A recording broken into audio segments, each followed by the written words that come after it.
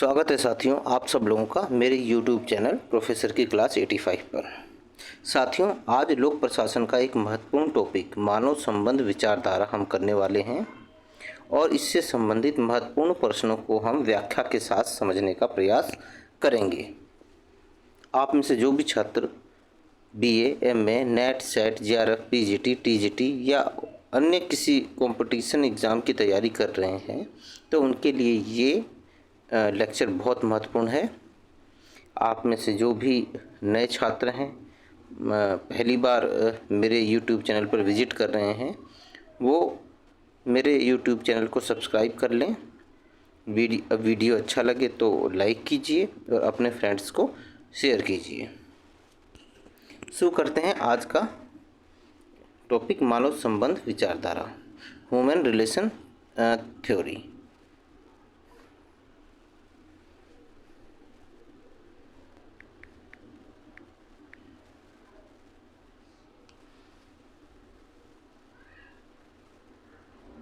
मानव संबंध सिद्धांत किसके विरोध में आया? देखो, हर एक सिद्धांत किसी के कुछ बदलने के लिए, किसी परिवर्तन के लिए, कोई किसी सुधार के लिए आता है।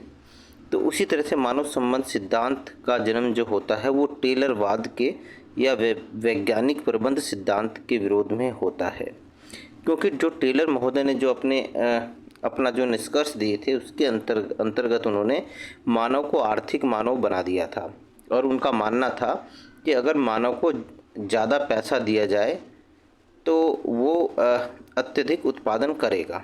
आर्थिक मानव बना दिया था उन्होंने। तो उसी के विरोध में मानव संबंध सिद्धांत आया, जो ये कहता है कि मानव सिर्फ आर्थिक कारकों से प्रभावित नहीं होता है, ठीक है ना। सामाजिक और मनोवैज्ञानिक कारक भी होते हैं जो मानव को प्रभावित करते हैं। तो ये टेलरवाद के विरोध में आया।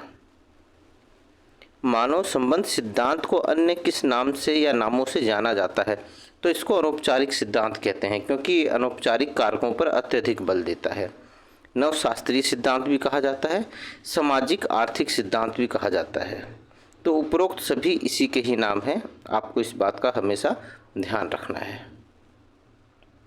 मानव संबंध सिद्धांत के पिता कौन है? तो इसके पिता एल्टन मेयो हैं। टेलर जो थे वो तो आपके वैज्ञानिक प्रबंध के प्रणेता थे। हर्बर्ट साइमन निर्णय निर्माण से जुड़े हुए प्रमुख विद्वान है और मेरी पार्कर फॉलेट जो हैं वो इससे रिलेटेड नहीं है। और आगे बढ़ते हैं।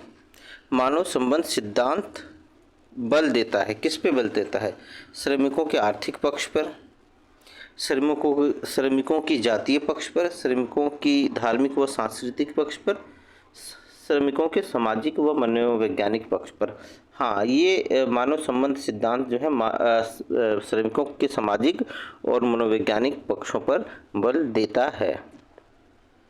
हार्थोन प्रयोग का संबंध किस विद्वान से है? तो ये एल्टन मेयो है। हर्ड परिकल्पना का संबंध किस विद्वान से है? तो ये क्वेश्चन आपसे सीधे पूछ लेगा कि इस हर्ड परिकल्पना का संबंध किससे? तो ये एल्टन मेयो है। हर्ड परिकल्पना जो होती है वो इंडिविजुअल को महत्व देती है, व्यक्ति को महत्व देती है। और हर्ड परिकल्पना रेबल परिकल्पना के विरोध में आया। रेबल परिकल्पना वो होती है जो भीड़ को महत्व देती है, ठीक है ना। और डेविड रिकार्डो लेके आए थे रेबल परिकल्पना, जिसके अंतर्गत इस समूह को और संगठन को या कह सकते हो एक कंपनी या कारखाने को महत्व दिया जाता है। हर्ड परिकल्पना किसका विरोधी है? तो रेबल परिकल्पना का है, ठीक है ना। रेबल परिकल्पना डेविड रिकार्डो ने दी थी, जो भीड़ से संबंधित है। और आप संगठन में देखोगे तो संगठन में कई सारे लोग होते हैं, है ना। और एक भीड़ के अंतर्गत एक इंडिविजुअल का महत्व खो जाता है। फिर क्या हो कि संगठन, रेबल परिकल्पना में संगठन के उद्देश्यों को महत्व दिया जाता है, व्यक्ति के उद्देश्य का विलोप हो जाता है। इस वजह से ये रेबल परिकल्पना के विरोध में आई। मानव संगठन सिद्धांत प्रत्येक मानव को महत्व देता है। उद्योग व्यक्तियों के लिए है न व्यक्तियों के लिए, यह किसका सार है? तो उद्योग जो है काम धंधे व्यक्तियों के लिए हैं, ना कि व्यक्ति उद्योगों के लिए है। तो ये है आपका हर्ड परिकल्पना, मतलब एक एक व्यक्ति महत्वपूर्ण है। हार्थोन प्रयोग का समय काल क्या था? 1924 से 32 के बीच में ये प्रयोग हुए थे, लेकिन इसके निष्कर्ष वगैरह जब आए थे तब तक तृतीय चरण चालू हो गया था। क्रमबद्ध कीजिए। रिले असेंबली, वायरिंग, व्यापक साक्षात्कार और महान प्रकाश प्रयोग। तो सबसे पहले इन्होंने महान प्रकाश प्रयोग किया था, फिर उसके बाद इन्होंने किया था रिले असेंबली टेस्ट रूम, फिर उसके बाद व्यापक साक्षात्कार और फिर उसके बाद बैंक वायरिंग। तो 4 1 3 2, 4 1 3 2 ये वाला उत्तर सही हो जाएगा हमारा। एल्टन मेयो द्वारा किए गए प्रयोगों में अनौपचारिक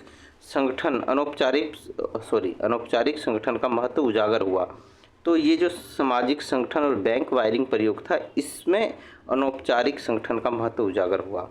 पहला था महान प्रकाश प्रयोग, जिसके अंतर्गत 2 कक्ष बनाए गए और दोनों कक्षों के अंतर्गत, एक के अंतर्गत प्रकाश की सुविधा दी गई, दूसरे के अंतर्गत प्रकाश की सुविधा नहीं दी गई, और चेक किया गया कि भाई इसका उत्पादन पे क्या फ़र्क पड़ता है, और ये निष्कर्ष निकला कि प्रकाश का उत्पादन पे फ़र्क नहीं पड़ता है। फिर दूसरा रिले असेंबली टेस्ट रूम, 2 अलग अलग कक्ष थे और एक कक्ष के अंतर्गत अन्य सभी सुविधाएं दी गई, जैसे कि उसके अंतर्गत उनको लंच दिया गया, ब्रेक दिया गया, पीने का पानी, रूम में पंखे लगाए गए, इस तरह से तमाम सुविधाएं दी गई, दूसरे को नहीं दी गई, और चेक करने की कोशिश की गई कि क्या इसका उत्पादन पे फ़र्क पड़ता है, लेकिन रिजल्ट वही आया, उसका उत्पादन पे कोई फ़र्क नहीं पड़ा, या फ़र्क पड़ा तो बहुत मामूली सा पड़ा। फिर आता है व्यापक साक्षात्कार कार्यक्रम। इसके अंतर्गत जो मजदूर थे उनसे उनका इंटरव्यू किया गया और उनसे बातचीत की गई, उनसे उनके घर के बारे में, उनके बारे में सवाल किया गया, पूछा गया। फिर उनसे ये राय ली गई कि भाई और बेहतर उत्पादन के लिए हमें क्या करना चाहिए, आप लोगों को कोई समस्या है संगठन में तो आप वो हमें बताइए, या आपके पास की सुझाव है तो आप सुझाव दीजिए। और इसके बाद क्या हुआ कि वो जो संगठन के सदस्य थे, संगठन के जो मजदूर थे, उन्होंने उनको बड़ा सम्मान महसूस हुआ और उनको ये फील हुआ कि भाई हम भी संगठन के सदस्य हैं, हम कोई एक मशीन की तरह नहीं है ना, कि हम आते हैं, कमाते हैं और चले जाते हैं। नहीं, संगठन ने हमसे बात की है, हमसे राय जानने की कोशिश की है, तो वो उन्होंने संगठन से जुड़ाव महसूस किया और इस घटना ने उत्पादन को बढ़ा दिया। फिर आखिरी जो प्रयोग था सामाजिक संगठन या बैंक वायरिंग प्रयोग, इसके अंतर्गत जो एल्टन मेयो ने निष्कर्ष निकाला कि किसी भी संगठन के अंतर्गत अनौपचारिक संगठन बनाने की प्रवृत्ति होती है, मतलब लोग एक ऐसा संगठन बना लेते हैं जिसका कोई वर्णन नहीं होता है, जिसका कोई संगठन के नियम कानून में जिसका कोई नियमबद्ध नहीं होता है ना। और ये अनौपचारिक संगठन उत्पादन को प्रभावित करते हैं। जैसे कि आपने कई कारखानों में देखा होगा कि लोग आपस में मजदूर मिलते हैं और एक दूसरे से बात करते हैं कि भाई फलाने दिन तो हम छुट्टी करेंगे, है ना। तो जबकि इस तरह के संगठन का कोई वर्णन नहीं है, ना इस तरह की कार्यविधि का वर्णन है, लेकिन वो आपस में मिल के प्लान कर लेते हैं। इसी तरह से वो उत्पादन को भी प्रभावित करते हैं कि भाई कोई भी 10 शर्ट से ज़्यादा नहीं बनाएगा। अगर 11वीं शर्ट बना देगा तो फिर मालिक सबसे 11 से 11 शर्ट बनवाएगा। तो इस तरह से ये सामाजिक संगठन जो होते हैं ये भी उत्पादन को प्रभावित करते हैं। तो ये अनौपचारिक संगठन का महत्व कहाँ उजागर हुआ? बैंक वायरिंग प्रयोग में, जो सबसे लास्ट वाला प्रयोग था एल्टन मेयो का। सामाजिक संगठन या बैंक वायरिंग प्रयोग का निष्कर्ष क्या था? तो इसका था सामाजिक संबंध पहले, उत्पादन बाद में। मतलब किसी भी संस्था के अंतर्गत जो मजदूर होते हैं, कर्मचारी होते हैं, ये सामाजिक संबंध बनाते हैं, बाद में उत्पादन करते हैं, ठीक है ना। उत्पादन बाद में करते हैं वो, पहले सामाजिक संबंध पहले है। मतलब किसी भी संगठन में सामाजिक संबंध पहले बनेंगे, उत्पादन बाद में होता है। निम्नलिखित में से कौन सा परिणाम हार्थोन प्रयोग से संबंधित नहीं है? तो मनुष्य एक सामाजिक प्राणी है, बिल्कुल। इसी प्रयोग के अंतर्गत ये पता चला है ना कि मनुष्य एक सामाजिक प्राणी है। सामाजिक मनोवैज्ञानिक तत्व उत्पादन को प्रभावित करते हैं, बिल्कुल सही बात है। आर्थिक तत्व उत्पादन को प्रभावित करते हैं, नहीं। ये तो टेलर का मानना है कि अगर आप ज़्यादा पैसा दोगे तो मजदूर ज़्यादा उत्पादन करेगा। संगठन में अनौपचारिक संगठनों का महत्व बिल्कुल सही है। जो आखिरी वाला था बैंक वायरिंग प्रयोग, उसके अंतर्गत संगठन में अनौपचारिक संगठनों का महत्व उजागर होता है। कौन सी विशेषता मानव संबंध सिद्धांत की नहीं है? तो व्यक्ति महत्वपूर्ण है, बिल्कुल सही बात है। अनौपचारिक संगठन का महत्व ये भी है, बिल्कुल किसी भी संगठन में अनौपचारिक संगठन होता है जो उत्पादन को प्रभावित करता है। सहभागी प्रबंधन, बिल्कुल सही बात है। ये जो दूसरा प्रयोग हुआ था जिसके अंतर्गत व्यापक साक्षात्कार लिया गया था, तो उससे सहभागी प्रबंधन का कॉन्सेप्ट निकल के आया। औपचारिक संगठन नहीं, औपचारिक संगठन की बात तो ट्रेडिशनल जो थिंकर्स हैं वो करते हैं, ठीक है ना, जो आपके परंपरागत सिद्धांत से जुड़े हुए हैं या जो टेलरवाद से जुड़े हुए हैं। किस विचारधारा में सत्ता डाउन टू अप चलती है? ठीक है ना, तो सत्ता दो तरह से चलती है, अप टू डाउन और डाउन टू अप। जैसे आर्थिक मानव का जो कॉन्सेप्ट टेलर ने दिया, तो उसके अंतर्गत वो बताता है कि भाई जो निम्नतर लोग हैं, फेयोल और टेलर दोनों कहते हैं जो निम्नतर है उसको अपने ऊपर वाले से आदेश लेना चाहिए, ठीक है ना, ऊपर वाला जो आदेश देगा वही करना पड़ेगा। तो ये कौन सा है? ये आपका टेलरवाद शास्त्रीय विचारधारा से संबंधित है। लेकिन मानव संबंध विचारधारा के अंतर्गत मजदूरों से सुझाव मांगा जाता है, उनकी राय जानी जाती है, मनुष्य अपनी आवश्यकता बताता है, जैसे कि आपका व्यापक साक्षात्कार के अंतर्गत पूछा गया था, ठीक है ना। तो ये डाउन टू अप जो सत्ता चलती है वो मानव संबंध विचारधारा में चलती है, जिसमें मानव को मतलब श्रमिकों को महत्व दिया जाता है। तो इस तरह से ये सारे क्विज हमने किए हैं।